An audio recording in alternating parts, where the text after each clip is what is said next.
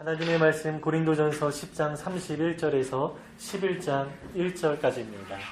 그런즉 너희가 먹든지 마시든지 무엇을 하든지 다 하나님의 영광을 위하여 하라.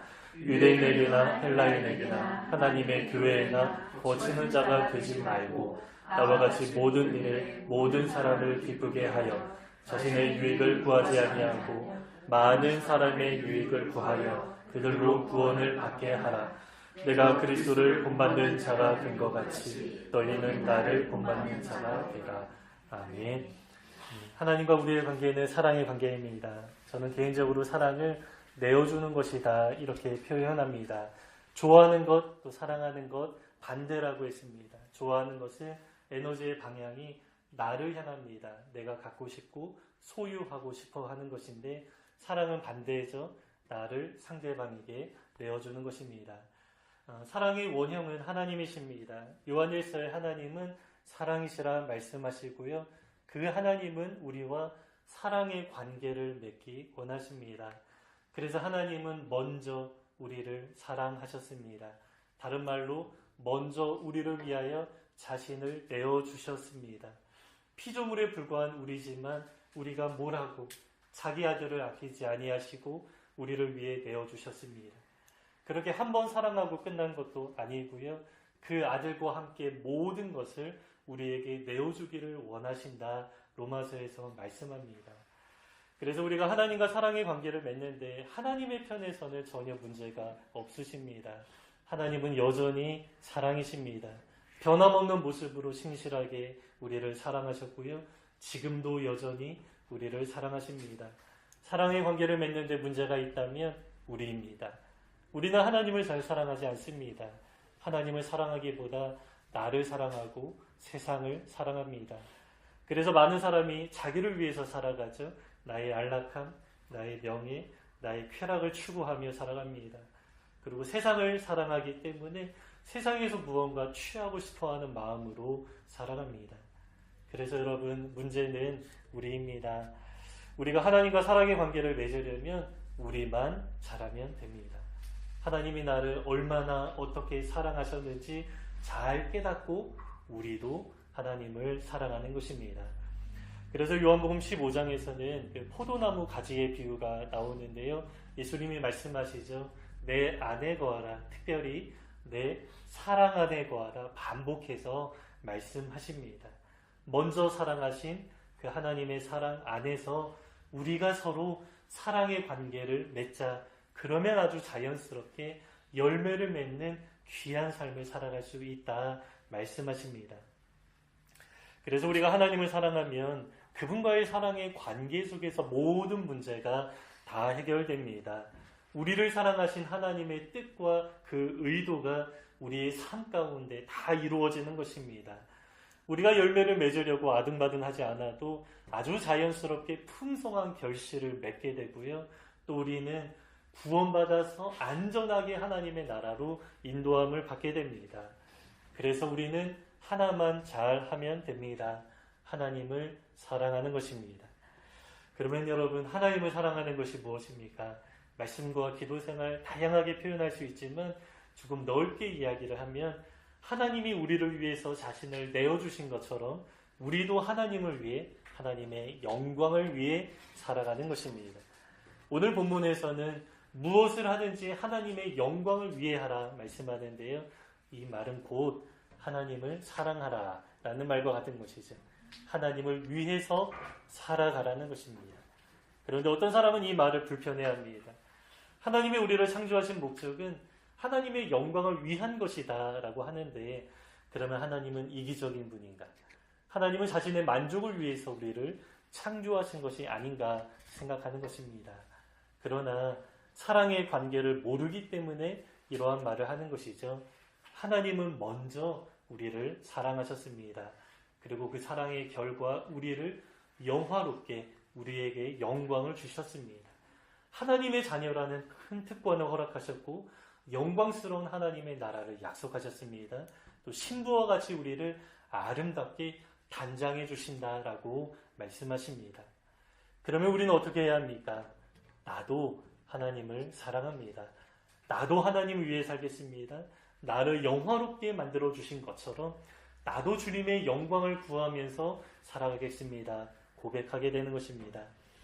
그래서 본문에서 하나님의 영광을 위해 살아가라 라고 하는데 오해가 있으면 안 됩니다. 사랑의 관계를 전제로 하고 본문의 말씀을 대하면 이 구절을 자연스럽게 받아들이게 됩니다. 이렇게 하나님의 사랑을 받은 우리는 하나님의 영광을 위해 살아갑니다. 이 구절은 교회 안에서 정말로 손을 꼽을 정도로 아주 유명하게 우리에게 잘 알려져 있습니다. 그런데 하나님의 영광이라는 단어가 조금 추상적이기 때문에 사람들마다 공동체마다 서로 다른 의미로 사용하는 것 같습니다. 이 성령의 역사를 조금 지나치게 추구하는 어느 교회에서는 구약시대처럼 아주 특별하고 신기한 임재를 아주 강하게 느낄 때에 하나님의 영광을 경험했다라고 하면서 일반적이지 않은 아주 독특하고 특별한 경험과 관련해서 사용하는 것 같습니다.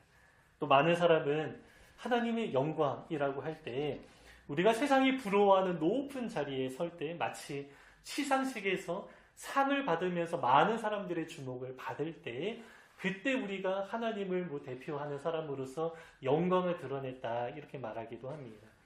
그리고 어떤 사람은 우리 삶의 크고 작은 현실 가운데에서 일상에서 하나님의 뜻이 우리 삶 가운데 이루어질 때 그때 하나님의 영광을 보았다 이렇게 표현하기도 합니다.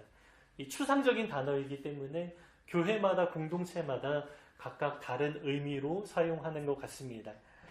개인적으로 저에게는 조금 거창한 느낌이 드는 단어였습니다. 저는 대학 시절에 큰 교회, 또 큰 선교단체에 있다 보니까 뭔가 하나님의 크고 강한 역사처럼 보이는 것에 익숙해져 있었습니다. 그래서 하나님의 영광을 생각할 때에 나를 통해서 세상에 하나님의 무언가 큰 일이 드러나야 하나님의 영광이 드러난다 생각했습니다. 그러면 본문에서는 여러분 어떠한 의미로 이 단어를 사용하고 있습니까? 이 본문의 표현을 생각하면 생각할수록 아주 놀랍습니다. 크신 하나님의 크신 역사를 기대하면서 사용하는 것이 아니라 삶의 아주 작은 일에 하나님의 영광이라는 단어를 사용하기 때문입니다. 먹든지 마시든지 가장 일상적인 삶과 관련하여서 말씀합니다. 그뿐만 아니라 먹든지 마시든지 무엇을 하든지 그보다 더 작은 일조차 어떤 일이든 모든 삶에 하나님의 영광을 구하며 살아가라는 의미입니다. 이처럼 우리의 생각과 하나님의 생각이 다를 때가 참 많이 있습니다. 우리는 크고 화려한 것을 좋아하고 추구합니다. 그러나 하나님은 정말 크신 분이지만 정말 세밀하십니다. 크고 넓은 하나님이 세상과 하늘과 우주 만물을 창조하셨지만 아주 작고 예쁜 꽃 또한 하나님의 작품입니다. 하나님은 정말로 크신 역사도 일으키시지만 지극히 작은 자 하나를 얼마나 큰 관심으로 돌보시는지 모릅니다. 이처럼 하나님은 먹고 마시는 우리 삶의 아주 작은 일에도 관심을 갖고 계십니다. 그런데 약간의 오해가 있습니다. 이 먹고 마신다라고 하니까 우리가 식사를 잘해서 건강한 몸으로 하나님의 영광을 위해 헌신하고 봉사하라 이러한 의미처럼 들립니다. 그러나 문맥을 보면 그렇지 않습니다. 이 이야기는 사실 8장부터 이어진 내용인데요. 8장부터 오늘 우리가 읽은 10장까지는 하나의 큰 단락입니다. 우리가 그동안 많이 다뤄온 주제인데요. 우상에게 바쳐진 음식을 어떻게 해야 하는가 이 주제를 다각도에서 다루었고요. 그 결론으로서 우상에게 바쳐진 음식을 먹는 문제와 관련해서 먹든지 마시든지 이렇게 말씀하는 것입니다. 그러니까 당시 초기교회는 먹고 마시는 것 때문에 이웃 성도들을 실족하게 하는 일이 있었는데 서로를 배려하면서 먹는 것과 마시는 것을 스스로 절제하고 조심스러워할 때 그때 무엇이 드러나는 것입니까? 하나님의 영광이 드러난다는 것입니다. 제가 서두에서 이제 하나님을 사랑하는 것이 하나님의 영광을 구하는 것이다 라고 했는데요. 본문을 해석하니까 이웃을 사랑하고 배려하는 마음으로 절제하고 나에게 주어진 자유를 제한할 때 그때 하나님의 영광이 드러난다. 하나님을 사랑하는 그 삶의 모습이 증명된다. 이렇게 정리할 수 있습니다. 다시 정리하면요. 여러분 우리가 하나님의 영광을 위한 삶, 하나님을 사랑하는 삶은 곧 무엇입니까? 이웃을 위한 마음으로 나를 절제하는 것, 다른 말로 이웃사랑이 곧 하나님 사랑입니다. 요한일서 4장 20절에서는 누구든지 하나님을 사랑하노라 하고 그 형제를 미워하면 이는 거짓말하는 자니 보는 바 그 형제를 사랑하지 아니하는 자는 보지 못하는 바 하나님을 사랑할 수 없느니라 말씀합니다. 그러면 우리가 사랑해야 하는 이웃을 사랑하라 라고 하는데 그 대상이 누구입니까? 첫 번째 이웃은 우리 교회 공동체입니다. 그리고 두 번째 이웃은 믿지 않는 세상 사람들입니다. 갈라디아서 6장 10절에서는 그러므로 우리는 기회 있는 대로 모든 이에게 착한 일을 하되 더욱 믿음의 가정들에게 할지니라 말씀합니다. 그래서 먼저는 우리 성도들이 사랑의 대상이고요. 우리가 사랑하는 공동체를 이루면서 이 사랑이 밖으로 세상으로 드러나는 것입니다. 본문의 흐름도 그렇습니다. 8장부터 10장까지 제가 하나의 큰 단락이라고 했는데요. 여기서는 하나의 원리를 말씀합니다. 이웃을 사랑하는 마음으로 우리의 자유를 절제하고 제한하고 권리를 포기하는 것입니다. 이 모습이 교회 공동체 안에서는 어떻게 나타납니까? 우상에게 바쳐진 재물을 먹지 않는 모습으로 나타납니다. 그리고 믿지 않는 사람들과의 관계에서는 어떻게 적용됩니까? 이웃을 사랑하는 마음으로 복음을 전할 때 바울이 자기 이야기를 했습니다. 자기 중심적으로 복음을 전하는 것이 아니라 그들의 모습에 대해서 그들의 문화, 그들의 사고방식을 이해하면서 그들의 모습처럼 되어서 그들을 하나님의 나라로 이끌어주고 인도하는 것이다 라고 말합니다. 이렇게 하나의 원리를 가지고 두 대상에게 적용하면서 8장부터 10장까지 바울이 끌어온 것입니다. 오늘 우리가 읽은 본문도 마찬가지입니다. 이 전체의 결론과 같은 내용인데요. 이 결론을 두 가지 영역에서 정리해 주십니다. 먼저는 먹든지 마시든지라고 하는데 이것은 이제 교회 공동체 안에서 우상의 제물을 먹는 문제와 관련해서 말씀하는 것이죠. 그리고 이어서 무엇을 하든지라고 합니다. 모든 삶에 이 원리를 적용하라는 것입니다. 그리고 32절을 보시면 유대인이나 헬라인이나 하나님의 교회나 거치는 자가 되지 말라라고 합니다. 교회뿐만 아니라 믿지 않는 유대인, 헬라인에게도 이 원리를 동일하게 적용하라, 거치는 자가 되지 말라 이렇게 말씀하는 것입니다.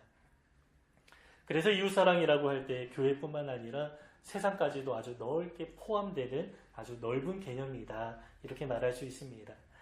이 본문의 주제는 참 중요합니다. 왜냐하면 우리 그리스도인들이 하나님을 사랑한다, 특별히 하나님의 영광을 구한다라고 하면서 이웃을 배려하지 않고 오히려 하나님의 이름으로 이웃에게 상처 주는 일들이 많이 있기 때문입니다.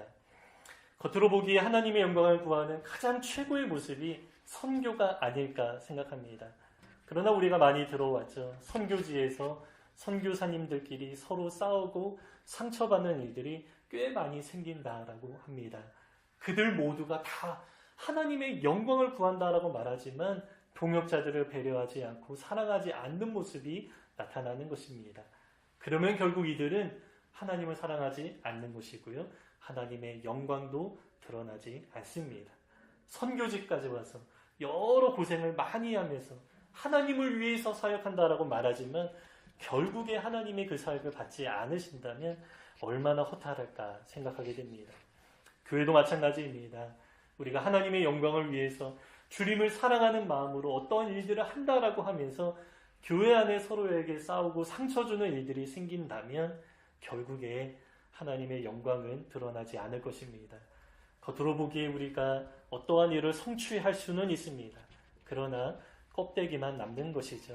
아무리 훌륭하게 멋지게 어떠한 일을 완성한다라고 해도 그 과정에 상처가 남는다면 우리의 섬김과 봉사는 하나님이 받지 않으십니다. 여러분, 하나님을 위한 일은 이웃을 위한 일이다. 이렇게 말할 수 있기 때문입니다. 그래서 우리가 주보 앞면에 우리 교회는 일을 이루기보다 몸을 이루는 교회라고 적어 놓았습니다. 물론 우리는 일을 해야 합니다. 하나님을 위한 일 너무나 많이 있습니다. 이 세상 가운데 우리가 해야 할 사명, 일들이 많이 있습니다. 그러나 하나님의 일을 하는 가운데 최우선으로 가장 중요하게 생각해야 하는 것이 무엇입니까? 일을 성취하는 것이 아니라 함께 일하는 우리 동역자들, 우리 공동체 가운데 한 몸을 이루는 모습으로 하나님의 사역을 감당해 나가는 것입니다. 저는 삼위일체 하나님의 모습이 우리에게 가장 완벽한 본이 되어주시는 것 같습니다. 삼위일체 하나님은 일을 하셨죠. 구속의 역사를 정말 멋지게 성취하신 분인데 일을 하셨습니다. 그런데 일을 하는 그 과정에 세 분의 동역이 어떻습니까? 정말 귀합니다. 성부 하나님은 모든 일을 계획하시고 주로 구약의 역사를 이끌어 오셨습니다. 성자 예수님은 이 땅에 직접 오셔서 십자가라는 구속의 역사의 클라이막스, 가장 힘들고 어려운 그 일을 순종하면서 순종의 삶을 모범으로 보여주십니다. 그리고 성령 하나님은 모든 역사 가운데 또 영으로 함께 하시죠. 이 삼위일체 하나님은 정말 멋지게 아주 완벽하게 구속의 역사를 성취하셨는데 서로 틀어지거나 어긋나지 않고 온전히 하나된 모습으로 역사를 진행하셨습니다. 어떻게 가능한 것입니까? 서로를 사랑하는 마음으로 자기를 내려놓았고요. 서로가 서로에게 서로의 영광을 구하셨기 때문입니다. 성부께서는 성자 예수님의 영광을 드러내십니다. 예수님은 자기를 비워서 이 땅에 인간의 모습으로 오셨지만 성부께서는 결국에 그 예수님을 하늘로 올리시고 보좌에서 모든 영광을 누리면서 온 세상과 우주 만물을 통치하게 하십니다. 성자 예수님은 성부의 영광을 드러내십니다.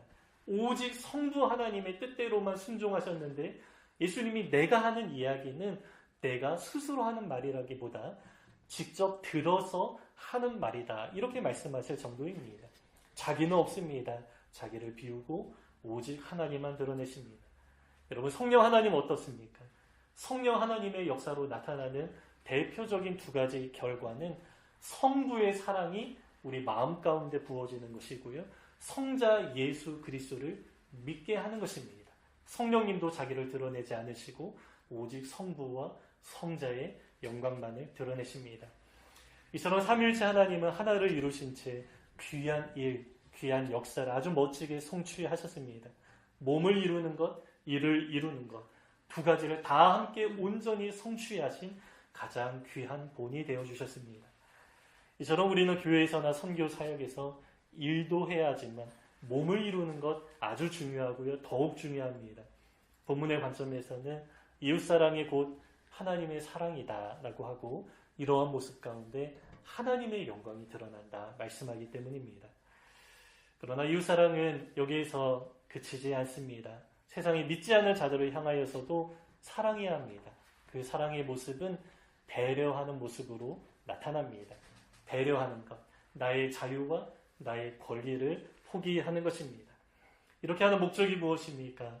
단지 사랑하는 것이 목적이 아니라 그들을 하나님의 나라로 구원으로 인도하기 위한 것입니다.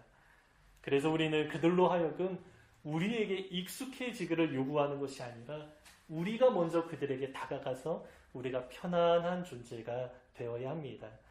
전에 9장에서 나눈 것처럼 예수님이 성육신하셔서 우리의 모습으로 오신 것처럼 우리도 이러한 모습과 태도로 믿지 않는 사람들에게 다가가야 합니다. 그러나 현실은 그렇지 않은 것 같습니다. 믿지 않는 사람들 주변에 성도들 교회가 많이 있지만 이 마음의 거리는 굉장히 먼 것 같고요. 또 눈에 보이지 않는 그 장벽이 굉장히 좀 높이 있는 것만 같습니다. 세상 사람들이 스스로 그렇게 만든 것이 아니라 우리가 스스로 그들에게 불편한 존재가 되어서 높은 장벽을 친 것은 아닌지 우리는 돌아보아야 합니다.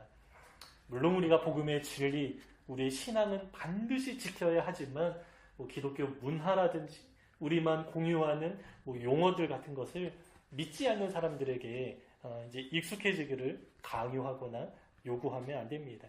우리의 입장이 아니라 그들의 입장을 아주 우리가 세심하게 배려할 필요가 있습니다. 왜냐하면 사랑하기 때문이죠. 사랑하면 반드시 이러한 태도가 생깁니다. 배려하게 됩니다. 그리고 이러한 사랑의 태도는 그들을 구원으로 인도하는 지름길이 됩니다. 비근한 예로 우리 기독교 안에서는 주일이라는 용어를 아주 독특하게 사용하고 있는데 저는 개인적으로 믿지 않는 사람들과 대화를 나눌 때 의도적으로 일요일이라는 용어를 사용하려고 합니다. 예전에 존박이라는 가수가 그 방송에 나와서 주일이라는 용어를 한번 사용한 적이 있는데 이 용어 때문에 잠깐 좀 서로 소통이 안 되었던 모습을 보았습니다. 그런데 곧 잠깐의 혼란이 정리되었는데요. 믿지 않는 누군가 설명해 주면서 교회에서는 일요일을 주일이라고 부른다라고 아주 친절하게 설명해 주었습니다. 믿지 않는 사람이 설명해 준 것입니다. 그러나 이렇게 되기 전에 우리가 먼저 그들을 배려하면서 일요일이라는 용어로 세상 사람들과 소통하는 것이 지혜로운 것이죠. 왜냐하면 우리나라는 기독교 국가가 아니고요. 우리는 기독교 국가를 추구하는 사람들도 아닙니다. 우리는 일반 세속 국가에 살아가고 있습니다. 다원주의 사회에서 믿지 않는 사람들과 함께 살아가고 있는데 우리는 이들과 지혜롭게 공존하는 법을 배워야 합니다. 우리끼리의 문화와 언어는 우리 안에서 사용하면 됩니다. 그러나 전도의 목적으로 혹은 그들과 교제하고 소통하는 자리에서는 우리의 문화를 고집하거나 요구하는 것이 아니라 우리가 먼저 세밀하게 배려하면서 나아가야 합니다. 본문에서는 이러한 태도가 바로 구원으로 인도한다 말씀합니다. 그러나 반대로 우리의 것을 요구하기만 한다면 어떻게 되겠습니까? 그들로 하여금 교회와 멀어지게 되는 결과가 나타나기 쉬워집니다. 오늘 본문의 표현으로는 배려하지 않는 자는 거치는 자가 된다라고 말씀합니다. 그런데 한국교회에 너무나 많은 성도가 거치는 자가 되어 있는 것은 아닌가 생각하게 됩니다. 저는 목사가 된 이후로 믿지 않는 사람들 앞에서 믿지 않는 사람들을 위해 기도하는 일들이 가끔 생기는 것 같습니다. 그냥 우리 안에서 기도할 때는 별로 좀 불편할 것이 없습니다. 우리가 함께 공유하는 익숙한 언어로 기도하면 됩니다. 그러나 믿지 않는 사람들 앞에서라면 조금 생각을 많이 하게 되는 것 같습니다. 그들이 이해할 수 있도록 기도할 필요가 있고요. 특별히 기도하는 그 내용 또한 아주 세밀하게 조정할 필요가 있는 것 같은데 저에게는 좀 갑자기 기도하는 일이 생기다 보니까 이게 저에게도 훈련이 안 되어 있다 이러한 생각을 좀 하게 됩니다. 그래서 제가 구원의 통로로서 믿지 않는 사람들을 위해서 기도해드리면서 복음도 전하는 삶을 살아가야 하는데 앞으로 이러한 부분에 조금 잘 훈련되어야겠다 이러한 생각을 하게 되었습니다. 그러나 어떤 사람은 조금 맹목적입니다. 복음서에서 예수님이 거침없이 사람들 앞에 복음을 전하고 전도하는 모습을 생각하면서 이렇게 담대하게 복음을 전해야 하나님의 역사가 나타난다라고 이해하는 것입니다. 말씀 자체의 능력이 있기 때문에 그들이 듣거나 듣지 않거나 그들이 말씀을 이해하거나 그렇지 않거나 그냥 말씀을 선포하면 그 말씀이 역사한다 이해하는 것입니다. 그래서 과거에 이러한 이해를 가지고 지하철에서 사람들이 듣거나 이해하지 못하거나 그냥 막 선포하면서 전도하는 사람들이 있었고요. 지금도 간간히 그러한 모습을 보게 됩니다. 저 대학 시절에 어느 과격한 선교단체가 학교에 들어와서 활동하는데 캠퍼스 그 광장 중앙에서 아주 큰 목소리로 여러 사람들이 찬양하면서 중간중간에 한 사람씩 나와서 하나님의 말씀 아주 담대하게 이제 선포하는 것을 보았습니다. 하나님은 우리의 왕이십니다. 예수님만이 우리의 유일한 구원자이십니다. 이러한 내용으로 선포하는 것입니다. 그 결과 어떤 일이 일어납니까? 잘 모르겠습니다. 어떤 열매가 나타나는지는 저는 잘은 모르겠습니다. 하지만 겉으로 보여지는 모습은 기독교와 교회를 이상한 집단으로 생각하지 않겠습니까? 이 복음이 가까이 그들에게 전해지기보다 복음에 거치는 자가 될 수도 있는 것입니다. 이들은 오해와 고난과 핍박이라고 생각할 수도 있습니다. 하지만 제가 보기에 우리는 핍박과 비난을 구별해야 되는데 오히려 좀 비난을 당하는 것은 아닌지 생각하게 됩니다. 왜냐하면 예의가 없는 것이죠. 그들의 쉼을 강제적으로 빼앗으면서 그들 입장에서는 강제적으로 소음을 듣게 하는 것입니다. 그냥 우리가 한 사람씩 다가가서 잠깐 대화를 나눌 수 있는지 시간이 되는지 물어보면서 예의를 가지고 전도할 수는 있습니다. 새가족 집회를 열어서 어느 공간에 초청해서 복음을 전할 수도 있습니다. 그러나 공적인 장소에 가서 여러 대상을 두고 무분별하게 복음을 전하는 것은 역효과가 더욱 크다 생각합니다. 물론 신약시대의 예수님이 그렇게 하셨습니다. 그러나 예수님이 그렇게 하신 이유는 당시 이스라엘은 하나님의 나라라고 불리는 국가였기 때문입니다. 성경을 가지고 이야기하며 모두가 다 소통할 수 있는 분위기였습니다. 그리고 랍비들이 거리에 돌아다니면서 무언가를 강연하고 가르치는 문화가 있었기 때문에 거리에서 무언가를 선포하면 사람들이 귀담아 듣는 문화였습니다. 이처럼 예수님은 그 나라의 문화, 성격에 맞게 그것을 활용해서 사역하신 것입니다. 그래서 예수님의 그 전도 방식을 이 시대에 문자적으로 적용하면 상당한 오류가 생길 수밖에 없습니다. 우리는 다른 시대, 다른 국가, 다른 문화 속에 살아가고 있기 때문입니다. 그래서 바울이 이방인들에게 복음을 전할 때 그 태도가 달라지죠. 대표적으로 아테네 아레오바고 언덕에서 설교할 때가 있었는데요. 그 선포한 내용도 아주 세심하게 배려하면서 다른 내용으로, 일반적이지 않은 내용으로 복음을 전했던 것을 우리가 확인하게 됩니다. 그리고 바울은 이것이 선교의 원칙이었다라고 이야기를 하는데, 복음을 전할 때 내가 그들에게 거치는 자가 되지 않기 위해서 유대인에게는 유대인, 이방인에게는 이방인처럼 되어서 그들에게 다가가서 그들의 모습을 고려하고 배려하면서 하나님 앞으로 인도했다라고 합니다. 여러분, 그래서 우리에게는 지혜가 필요합니다. 그리고 무엇보다 사랑이 필요합니다. 사랑하면 세심한 배려가 나타나는데, 믿지 않는 사람들의 입장이 어떠한지, 또 믿지 않는 사람들이 지금 교회를 어떻게 생각하고 있는지 정말 깊게 생각하고 공감하면서 지혜로운 마음으로 하나님의 모습을 드러내고 복음을 전해야 합니다. 그동안 한국교회 안에서 복음을 전할 때 조금 담대함, 이러한 측면을 좀 강조했다면 이제는 사랑과 지혜가 더 많이 강조되어야 한다라고 믿습니다. 오늘 제목은 하나님의 영광을 위하여입니다. 우리는 하나님의 영광이라는 용어를 익숙하게 많이 사용하지만 저는 오늘 설교를 준비하면서 그 의미가 그동안 생각해왔던 의미와 많이 달랐다는 사실을 깨닫게 되었습니다. 본문에서 말씀한 하나님의 영광은 곧 이웃사랑입니다. 이웃사랑은 배려하는 모습으로, 나를 내려놓는 모습으로 나타납니다.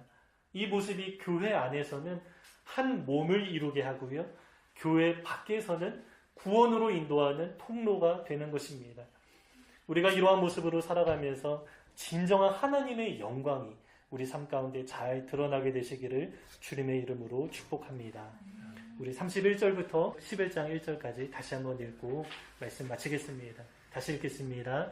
그런즉 너희가 먹든지 마시든지 무엇을 하든지 다 하나님의 영광을 위하여 하라. 유대인에게나 헬라인에게나 하나님의 교회에나 거치는 자가 되지 말고 나와 같이 모든 일에 모든 사람을 기쁘게 하여 자신의 유익을 구하지 아니하고 많은 사람의 유익을 구하여 그들로 구원을 받게 하라. 내가 그리스도를 본받는 자가 된 것 같이 너희는 나를 본받는 자가 되라.